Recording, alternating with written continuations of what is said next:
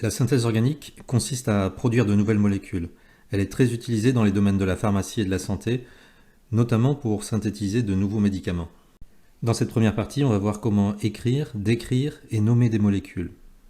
En première, on utilisait les formules développées ou semi-développées pour représenter une molécule. Il existe une écriture plus simple et plus rapide, c'est la formule topologique. Dans cette formule topologique, la chaîne carbonée est représentée en lignes brisées, sous forme de zigzag. Elle ne fait apparaître ni les atomes de carbone, ni les atomes d'hydrogène liés aux atomes de carbone. Y figurent uniquement les autres atomes, azote, oxygène, etc., et les atomes d'hydrogène liés à ceux-ci. Prenons l'exemple de cette molécule. Cette molécule est un acide alpha-aminé qui s'appelle la valine. On va commencer par écrire sa formule topologique en partant de l'atome de carbone que je suis en train de surligner. En formule topologique, on ne représente pas les atomes de carbone ni les atomes d'hydrogène liés aux atomes de carbone. Donc je représente ici le groupe carboxyle, l'atome d'oxygène, et je représentais par contre l'atome d'hydrogène lié à cet atome d'oxygène, puisque cet atome d'hydrogène n'est pas lié à un atome de carbone. Je vais représenter maintenant la liaison entre cet atome de carbone et celui-ci. Cet atome de carbone est lié à notre atome de carbone, lui-même lié à deux autres atomes de carbone. L'atome de carbone que je viens de surligner est aussi lié à un atome d'azote, et je représente les deux atomes d'hydrogène qui sont liés à cet atome d'azote. Donc voici la formule topologique de la valine. En formule topologique, on essaie autant que possible de faire des angles de 120 degrés entre les liaisons. Il faut aussi savoir faire l'opération inverse, c'est-à-dire à partir de la formule topologique, savoir retrouver la formule semi-développée. Pour cela, comme les atomes d'hydrogène qui sont liés au carbone ne sont pas représentés, il faut se rappeler que l'atome de carbone est tétravalent, c'est-à-dire qu'il est engagé dans 4 liaisons en tout, ce qui va permettre de trouver le nombre d'atomes d'hydrogène manquants non représentés. On va commencer par regarder cet atome de carbone qui fait partie du cycle. Il est engagé dans 3 liaisons. Comme l'atome de carbone est tétravalent, nécessairement, il établit aussi une liaison avec un atome d'hydrogène qui n'est pas représenté. Et il va en être de même pour les atomes de carbone que je suis en train de surligner. Par contre, celui que je suis en train de surligner en bleu a déjà ces 4 liaisons. Il ne fait donc pas de liaison avec un atome d'hydrogène. Je vais pouvoir ainsi débuter la formule semi-développée.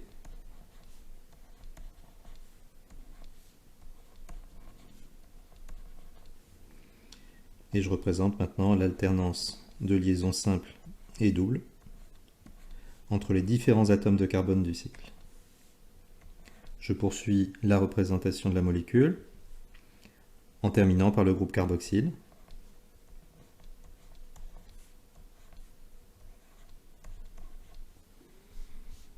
Je vérifie bien ici que cet atome de carbone est tétravalent. Il n'est donc pas lié à un atome d'hydrogène. Le squelette carboné représente l'enchaînement des atomes de carbone constituant une molécule. Comment décrire ce squelette carboné? Si une liaison multiple, double ou triple, ou un cycle est présent, le squelette est dit insaturé. Dans le cas contraire, il est dit saturé. On va associer à chaque molécule le ou les qualificatifs adéquats. Saturé, insaturé, cyclique, non cyclique. Je vous laisse regarder les exemples et décrire systématiquement les chaînes carbonées. Mettez la vidéo sur pause pour prendre le temps de proposer vos réponses. La première molécule ne présente pas de double liaison, pas de cycle, elle est donc saturée et non cyclique. La deuxième molécule présente un cycle, donc c'est une molécule qui est insaturée et cyclique. La molécule suivante présente un cycle, ainsi qu'une double liaison. Elle est donc doublement insaturée et cyclique. La molécule suivante ne présente pas de double liaison, pas de cycle. C'est une molécule qui est saturée et non cyclique. La molécule suivante présente 4 insaturations, 3 doubles liaisons et un cycle. C'est une molécule qui est insaturée et cyclique. La dernière molécule présente une insaturation qui est due à la présence de la double liaison. Elle est donc insaturée, mais ne présente pas de cycle. Donc non cyclique. Dans ce paragraphe, on va poursuivre l'étude des familles fonctionnelles ainsi que la nomenclature que vous aviez commencé en classe de première. En classe de première, vous aviez notamment étudié les familles des alcools, des aldéhydes, des cétones et des acides carboxyliques. Les règles de nomenclature dérivent de celles des alcanes. Il faut donc connaître les noms des premiers alcanes linéaires, méthane, éthane, propane, butane, pentane, avec respectivement un atome de carbone, 2 atomes de carbone, 3, 4 et 5 atomes de carbone. Il existe un moyen mémotechnique, il vaut ce qu'il vaut. Maman est partie, bébé pleure. Les initiales des premiers mots rappellent la première lettre du nom, méthane, éthane, propane, butane, pentane, MEPBP. Quand on enlève un atome d'hydrogène à un alcane, on obtient un groupe qu'on appelle un groupe alkyle. Il faut savoir aussi nommer ces groupes alkyles parce qu'ils vont être les ramifications qui vont apparaître dans différentes molécules. Donc les règles sont les mêmes, seul le suffixe change. S'il y a un atome de carbone, ça va être le méthyle, et puis après on va trouver 2 atomes de carbone éthyle, puis propyle, butyle, pentyle, hexyle, etc. Un petit rappel sur la nomenclature des alcanes. Commençons par les alcanes linéaires, ceux qui ne sont pas ramifiés. Le nom des alcanes linéaires, de formule brute CnH2n+2, prend la terminaison -ane. La racine indique le nombre d'atomes de carbone dans la chaîne carbonée. Cet alcane linéaire possède 4 atomes de carbone. Il s'agit donc du butane. Regardons maintenant le cas des alcanes ramifiés. Pour nommer un alcane ramifié, il va falloir tout d'abord rechercher la chaîne principale, c'est-à-dire la chaîne carbonée la plus longue dans la molécule. Elle sera nommée de la même façon que l'alcane linéaire ayant le même nombre d'atomes de carbone. Deuxièmement, numéroter la chaîne principale de telle sorte que les atomes de carbone portant des ramifications aient les numéros les plus petits possibles. Et pour terminer, écrire le nom de l'alcane qui est constitué du nom des ramifications, donc les groupes alkyles, dans l'ordre alphabétique, précédé de leur indice de position, suivi du nom de l'alcane linéaire correspondant à la chaîne principale. Mettons en œuvre ces règles sur 2 exemples. Alors, première molécule, on va chercher la chaîne carbonée la plus longue. La chaîne carbonée la plus longue, la voici. Elle présente 1, 2, 3, 4, 5, 6 atomes de carbone. On ne peut pas trouver plus que cela. Si on avait pris vers le bas, on aurait obtenu le même nombre d'atomes de carbone. Cette chaîne carbonée comporte plusieurs ramifications. Deux façons possibles de numéroter la chaîne carbonée. On peut la numéroter de gauche à droite.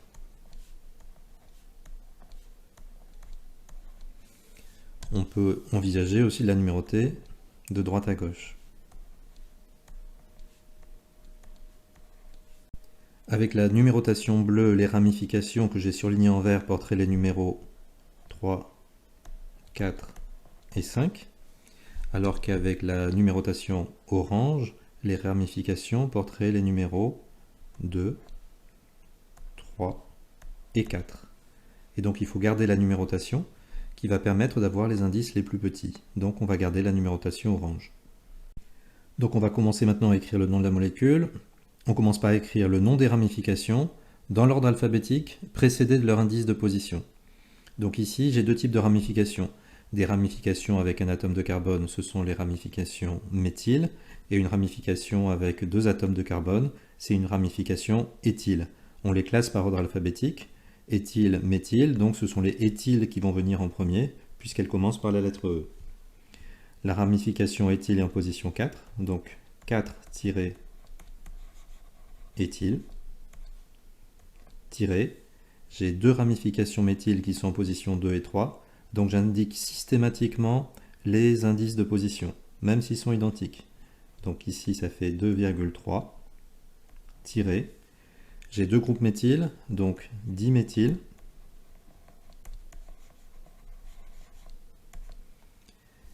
Et maintenant il me reste à terminer en indiquant le nom de l'alcane linéaire correspondant à la chaîne principale. La chaîne principale comporte 6 atomes de carbone, donc elle dérive de l'hexane. D'où le nom de la molécule, 4-éthyl 2,3-diméthylhexane. Je vous laisse maintenant trouver le nom de l'alcane suivant. Attention, il y a un petit piège. Mettez la vidéo sur pause pour prendre le temps de chercher le nom de cette molécule. Alors, vous avez identifié le petit piège. En fait, le petit piège, c'était que la chaîne principale n'est pas la chaîne horizontale. La chaîne horizontale comporterait 4 atomes de carbone seulement, alors que si on prend cette chaîne que je suis en train de surligner en rouge, on a 5 atomes de carbone. Et il faut chercher la chaîne carbonée la plus longue. La molécule possède 2 ramifications méthyl. Il va falloir numéroter la chaîne carbonée pour indiquer leur position. Toujours les deux possibilités, de gauche à droite, ou bien de droite à gauche.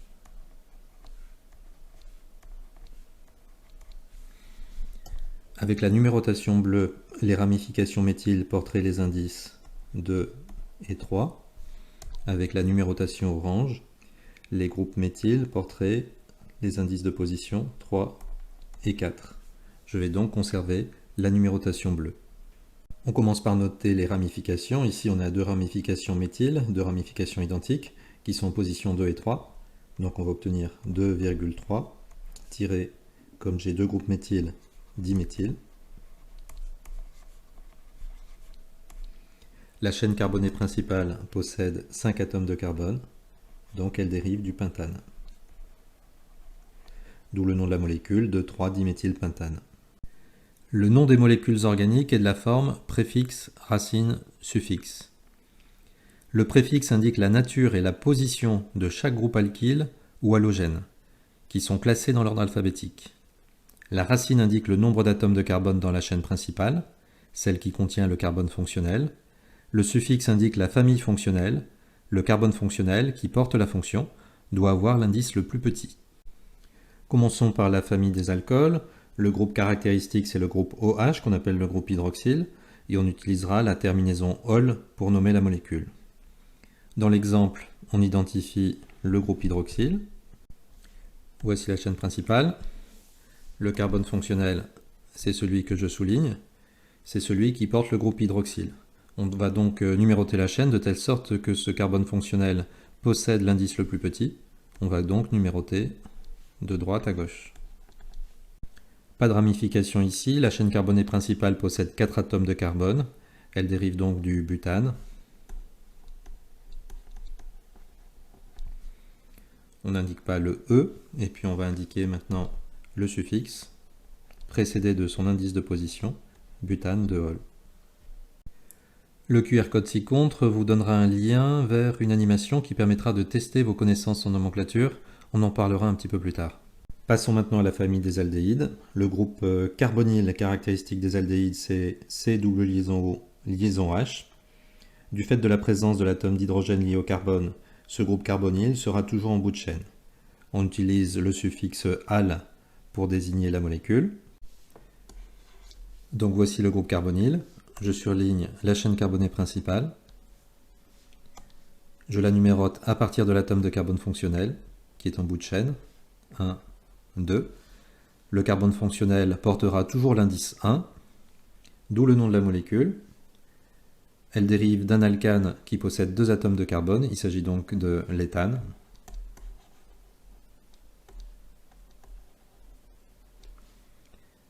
Et je rajoute le suffixe al pour les aldéhydes. Donc l'indice de position ici n'est pas précisé, car c'est toujours l'indice 1. Regardons maintenant la famille des cétones. Elle contient aussi le groupe carbonyle, le groupe C double liaison O, mais cette fois-ci, le carbone fonctionnel va être lié à 2 atomes de carbone. Donc le groupe carbonyle, à la différence des aldéhydes, ici ne va pas être en bout de chaîne, il va être au milieu d'une chaîne carbonée. On utilise le suffixe on. Donc voici dans la molécule exemple le groupe carbonyle. Je surligne la chaîne carbonée principale qui contient le carbone fonctionnel, que je souligne ici. Et je numérote cette chaîne carbonée principale de telle sorte que le carbone fonctionnel possède l'indice le plus petit. Donc je vais numéroter de droite à gauche.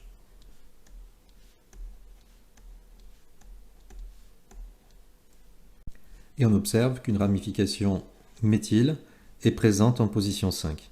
On commence par noter les ramifications. Donc ici une ramification méthyle en position 5. Donc 5-méthyle. Puis la racine qui correspond à la chaîne carbonée principale. Ici avec 6 atomes de carbone. Donc ça dérive de l'hexane. Puis on termine en nommant le groupe caractéristique. Ici donc cette molécule est une cétone. Donc on indique 2-on, terminaison on pour les cétones, précédé de l'indice de position. Famille des acides carboxyliques maintenant, le groupe caractéristique s'appelle le groupe carboxyle et on utilise la terminaison oïque. Alors le groupe carboxyle, le voici. On va surligner la chaîne carbonée principale, la voilà, et on va numéroter, toujours à partir du carbone fonctionnel. Le groupe carboxyle sera là aussi toujours en bout de chaîne, donc il portera toujours l'indice 1 qui ne sera jamais précisé. Et on voit apparaître ici une ramification méthyle qui va être en position 2.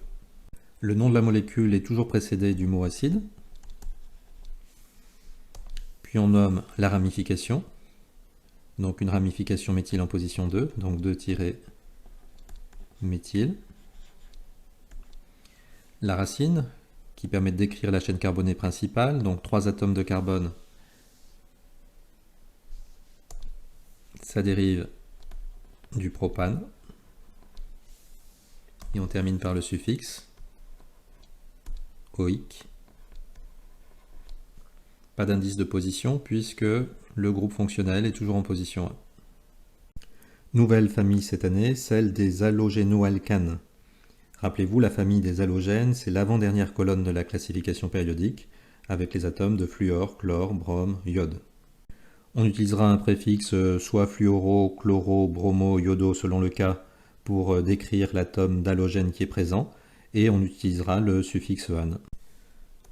J'entoure l'atome de brome, je surligne la chaîne carbonée principale, 2 ramifications, une ramification méthyle, une ramification éthyle, et je vais numéroter la chaîne de telle sorte à minimiser les indices aussi bien des groupes alkyles que des ramifications qui sont dues aux présences des halogènes. Donc ici, pour minimiser ces indices, je vais numéroter de gauche à droite.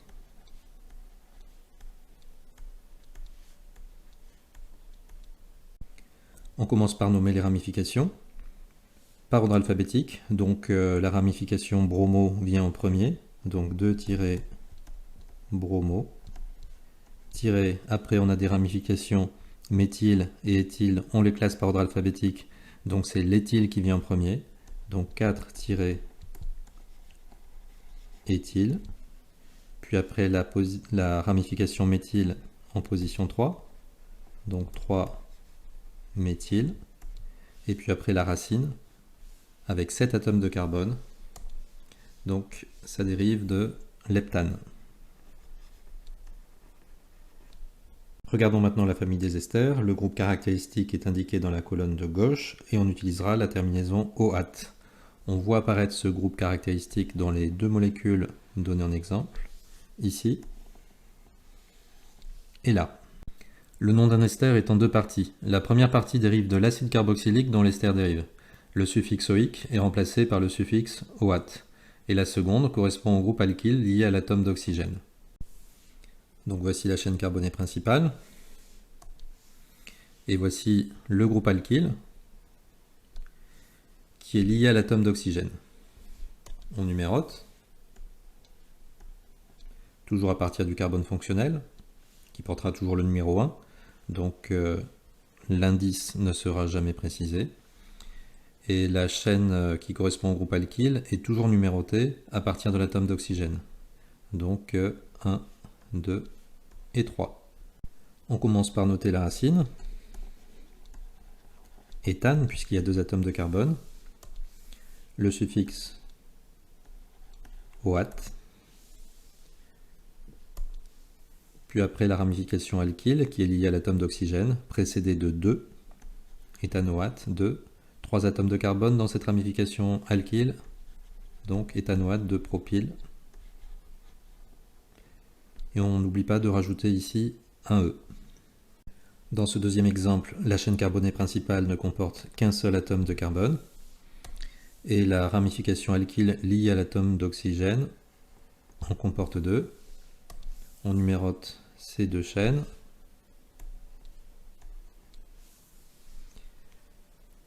Il ne reste plus qu'à nommer la molécule. Un atome de carbone dans la chaîne carbonée principale, donc la racine correspondante c'est méthane. On rajoute le suffixe, méthanoate. J'ai deux atomes de carbone dans la ramification alkyle, donc c'est la ramification éthyle, donc méthanoate d'éthyle. Nouvelle famille, celle des amines. Le groupe amine comporte un atome d'azote. Le suffixe sera tout simplement le suffixe amine. J'entoure le groupe amine. Je surligne la chaîne carbonée principale qui doit comporter le carbone fonctionnel. Je surligne la ramification et je numérote la chaîne de telle sorte que le carbone fonctionnel porte l'indice le plus petit. Donc ici on peut numéroter de haut en bas ou de bas en haut, ça ne change rien. Je commence par nommer la ramification, donc on a une ramification méthyle en position 2, donc 2-méthyle. Puis la racine, 3 atomes de carbone, donc ça dérive du propane. Et puis donc le suffixe précédé de son indice de position. 2-méthyle, propane 2, amine. Dernière famille au programme de cette année, c'est la famille des amides. Donc C double liaison O, et l'atome de carbone est aussi lié à un atome d'azote. Donc on utilise le suffixe amide. Une petite remarque, on dit une amine et un amide. Donc j'entoure ici le groupe fonctionnel. Je surligne la chaîne carbonée principale et je numérote de telle sorte que le carbone fonctionnel porte l'indice le plus petit. Je nomme la molécule, ici pas de ramification, donc je commence directement par la racine. 2 atomes de carbone, donc éthane.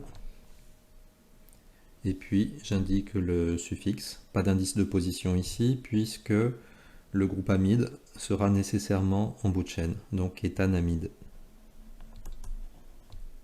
Pour apprendre les règles de nomenclature et mémoriser les noms de chaque famille, le QR code qui est en haut de la page vous mènera à cette animation. Alors plusieurs façons de l'utiliser. Dans un premier temps, commencez par mémoriser le nom de chacune des familles. Donc à quelle famille cette molécule appartient-elle? Ici, vous devez répondre que c'est une cétone. Voilà, et puis après vous cliquez sur Nouvelle molécule pour faire différents exemples. On retombe ici à nouveau sur une cétone. Et ici un halogénoalcane, etc., etc. Dans un deuxième temps, ici on voit que c'est un ester. Avant de valider votre réponse, vous pouvez, en utilisant une feuille de papier, prévoir le nom de la molécule. Et puis dans un deuxième temps, donc, vous validez votre réponse. Donc ici, on trouve un aldéhyde. Cet aldéhyde possède 1, 2, 3, 4 atomes de carbone dans sa chaîne carbonée principale. Donc il va s'agir du butanal. Et à ce moment-là, je valide et je vois apparaître le nom de la molécule. Ces règles de nomenclature sont un peu complexes, il faut du temps pour les mémoriser, donc la meilleure méthode c'est d'utiliser cette animation 10 minutes, 15 minutes par jour, sur 1 ou 2 semaines, et vous serez un expert en nomenclature. Rappelons maintenant la notion d'isomérie de constitution. 2 espèces sont isomères de constitution si leurs molécules ont la même formule brute, mais des formules développées ou semi-développées différentes. On va commencer par nommer les 2 molécules du tableau. Voici le groupe carboxyle. On surligne la chaîne carbonée principale et on la numérote à partir du carbone fonctionnel. 3 atomes de carbone. Donc il s'agit de l'acide propanoïque. 2 formules brutes, C3, 3 plus 2 plus 1, 6 atomes d'hydrogène et 2 atomes d'oxygène. La deuxième molécule est un ester. Voici le groupe caractéristique. Je surligne la chaîne carbonée principale et la ramification alkyle liée à l'atome d'oxygène. d'où le nom de la molécule, 2 atomes de carbone, éthane, le suffixe OAT pour les esters, et je nomme la ramification alkyle liée à l'atome d'oxygène, donc un atome de carbone, il s'agit d'un méthyle, éthanoate de méthyle. De formule brute, C3, 3 plus 3, 6 atomes d'hydrogène, et là aussi 2 atomes d'oxygène. Donc ces deux molécules en même formule brute.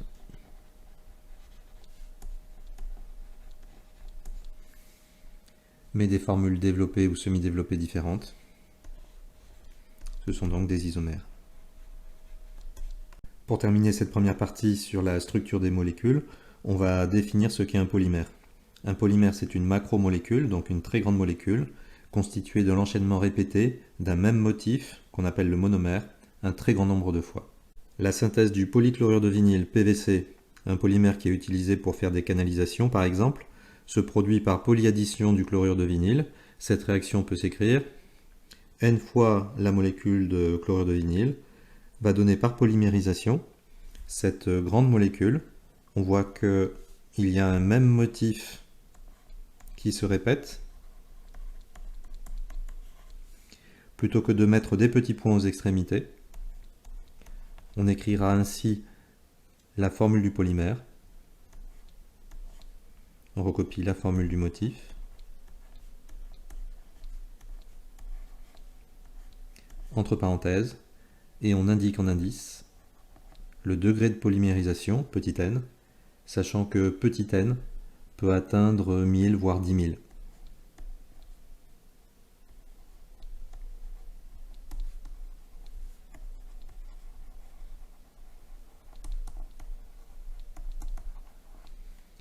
Ainsi, les masses molaires des polymères peuvent atteindre le kilogramme par mol. Si le monomère est CH2 double liaison CHZ, la formule générale du polymère obtenu va être celle qui est indiquée en dessous, avec petit n, vous rappelez, le degré de polymérisation. Si Z est un atome d'hydrogène, alors le polymère sera du polyéthylène, dont voici quelques applications. CH3, à ce moment-là, on a du polypropylène. Atome de chlore, on vient de le voir, c'est du polychlorure de vinyle. Si c'est un groupe benzénique C6H5, alors on obtient du polystyrène. Et si c'est le groupe CH3, C double liaison O, alors on obtient du polyacétate de vinyle. Donc voici le polyéthylène, le polypropylène, le polychlorure de vinyle, le polytétrafluoroéthylène. Donc c'est un polymère qui est utilisé pour les revêtements anti-adhésifs des poils, plutôt connu sous le nom de téflon. Le polystyrène, on ne va pas tous les citer. Notons aussi le polybutadiène qui entre dans la composition des gommes des pneumatiques. Il existe aussi des polymères naturels comme les protéines, l'ADN, la cellulose ou le latex. Une fois qu'on a trouvé là ou les réactions qui vont permettre d'obtenir la molécule cible, il va falloir optimiser cette synthèse. Tout d'abord, augmenter la vitesse de formation. Pour augmenter la vitesse de formation d'un produit, rappelez-vous, on peut jouer sur les facteurs cinétiques température et concentration des réactifs, donc on peut chauffer et augmenter la concentration des réactifs. On peut aussi utiliser un catalyseur. Pour chauffer, on va utiliser classiquement un montage de chauffage à reflux. Il faut savoir légender ce type de montage. Donc ici on a un support élévateur.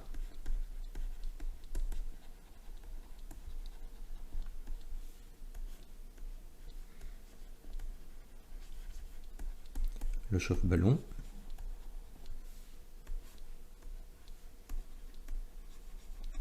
Ici le ballon. Et ici donc nous avons un réfrigérant.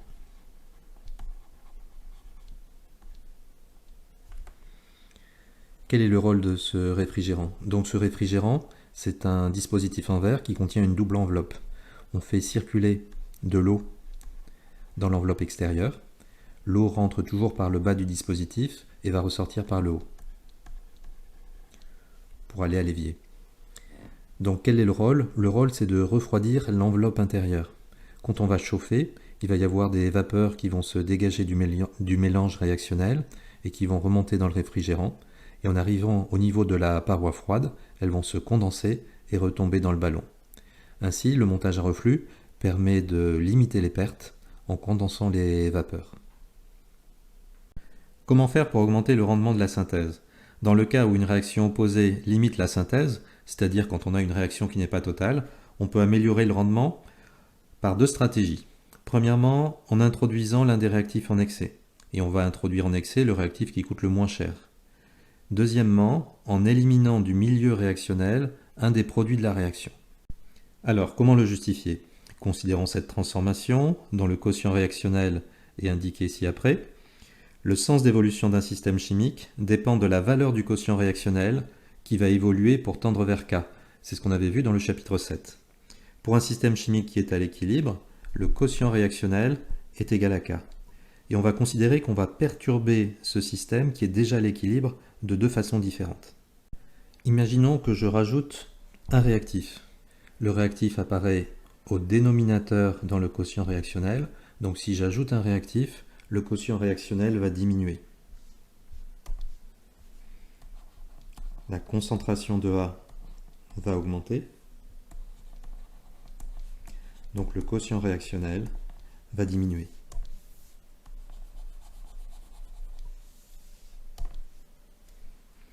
Comme le quotient réactionnel était égal à K, si le quotient réactionnel diminue, QR devient plus petit que K. Le système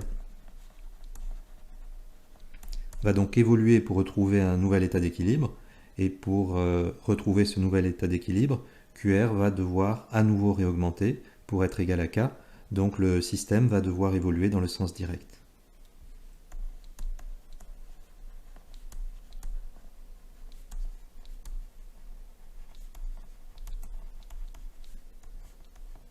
Donc dans le sens de la formation des produits. Alors en pratique, l'excès du réactif A est introduit dès le début, cela ne change rien au résultat final. Deuxième façon d'augmenter le rendement, c'est d'éliminer un produit au fur et à mesure de sa formation. C par exemple. Donc C intervient dans les produits de cette transformation. Il intervient donc au numérateur dans le quotient réactionnel.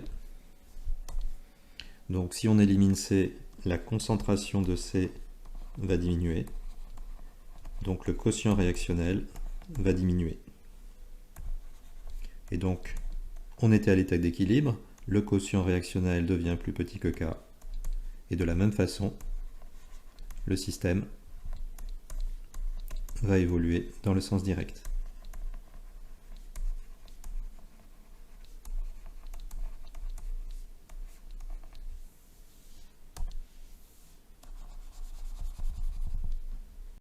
Alors vous voyez que pour augmenter le rendement, on ne mettra pas nécessairement les espèces A et B dans les proportions stoichiométriques.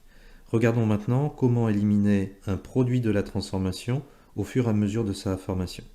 Prenons comme exemple la synthèse du méthanoate d'éthyle, HCO2CH5, donc c'est un ester qui est utilisé dans l'industrie comme solvant et aussi comme arôme, il a une vague odeur de rhum.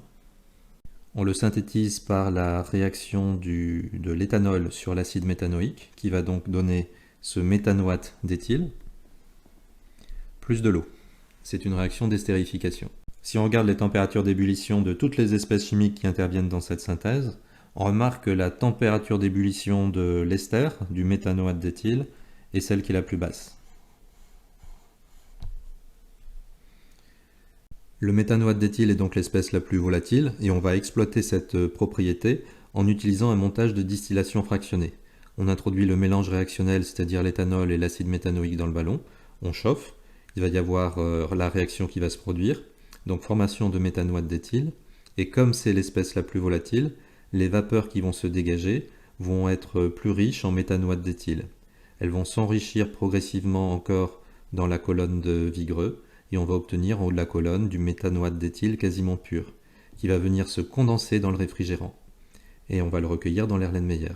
Donc ainsi, au fur et à mesure de sa formation, le méthanoate d'éthyle va être éliminé du ballon, et donc même si la transformation est partielle, on va pouvoir progressivement déplacer l'équilibre et avoir à la fin un rendement qui va être très élevé. L'ester peut être éliminé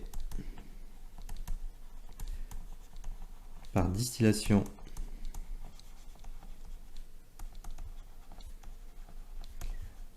au fur et à mesure de sa formation.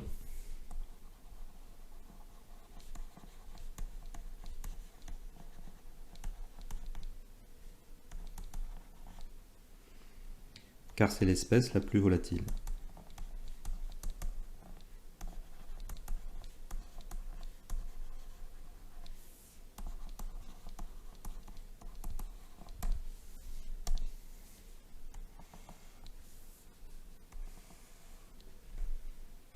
Alors, comment concevoir la synthèse d'une molécule en plusieurs étapes? C'est ce qu'on appelle une stratégie de synthèse multi-étapes. Une synthèse multi-étapes est donc une suite de réactions chimiques permettant la synthèse d'une molécule cible à partir de réactifs. La comparaison des structures des réactifs et du produit permet d'élaborer cette séquence de réactions chimiques en utilisant une banque de réactions qui vous sera fournie. Voir la fiche que vous avez à la fin de votre livre, page 460 par exemple. Chaque étape de la séquence peut inclure une modification de groupes caractéristiques et ou de chaînes carbonées. On considère qu'il y a modification de la chaîne carbonée lorsqu'il y a création ou rupture de liaison carbone-carbone.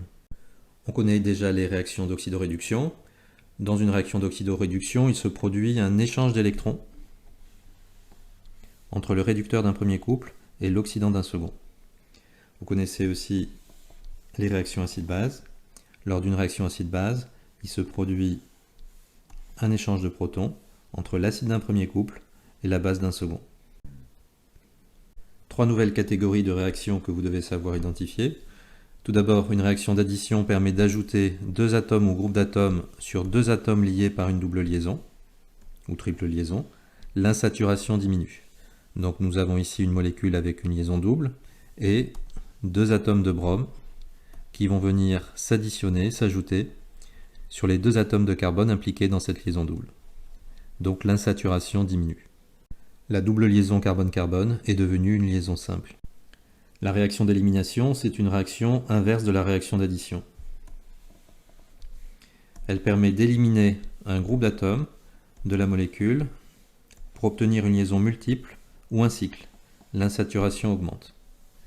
Donc ici, nous avons le cas d'une molécule cyclique et on va éliminer ce groupe-ci avec ce groupe-là pour former une molécule d'eau. Et qu'est-ce que l'on observe? L'insaturation a augmenté puisqu'il y a une liaison double qui est apparue à l'intérieur du cycle. Et pour terminer, les réactions de substitution. Une réaction de substitution est une réaction au cours de laquelle un atome ou un groupe d'atomes est remplacé, substitué, par un autre atome ou groupe d'atomes.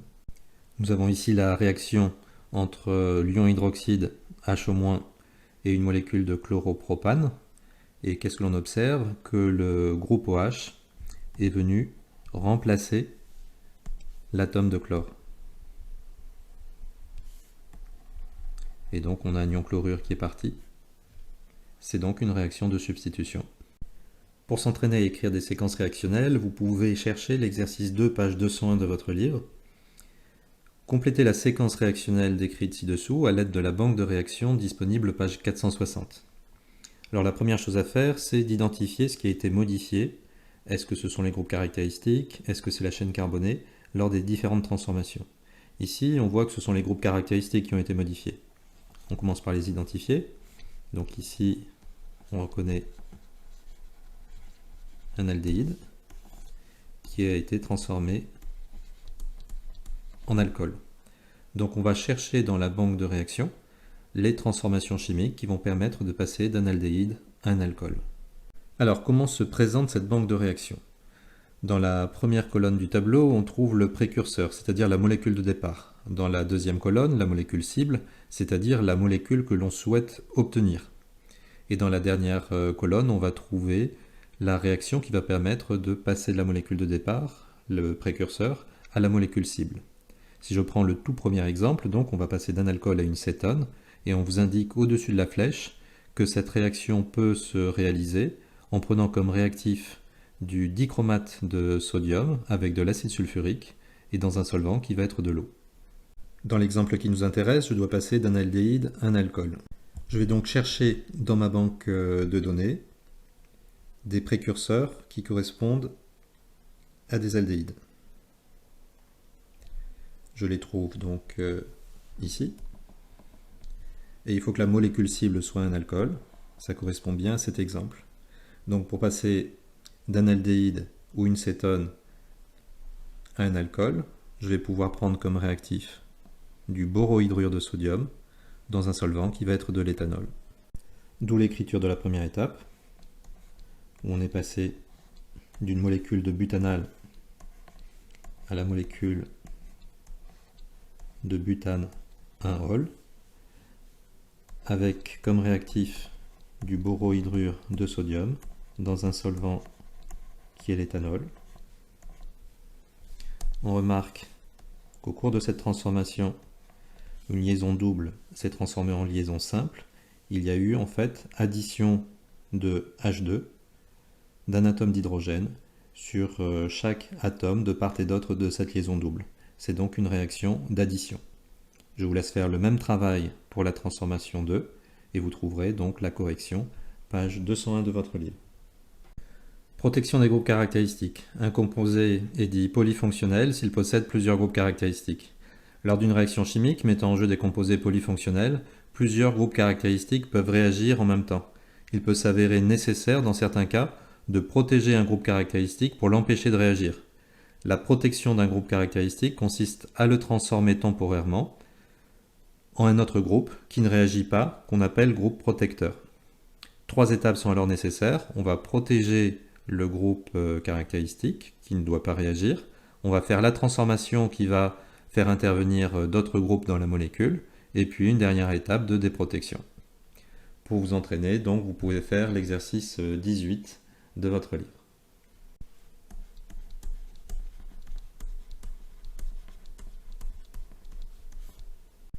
Le calcul du rendement permet de déterminer l'efficacité d'une synthèse chimique.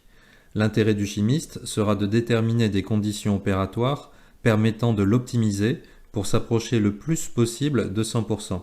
Les pertes de rendement peuvent avoir diverses origines.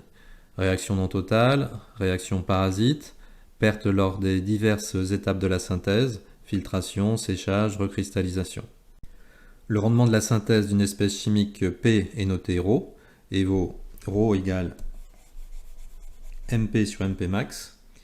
MP, c'est la masse de produit que l'on a obtenue expérimentalement à l'issue de la synthèse, à la fin de la synthèse, divisé par la masse de produit maximale qui est prévue en complétant le tableau d'avancement.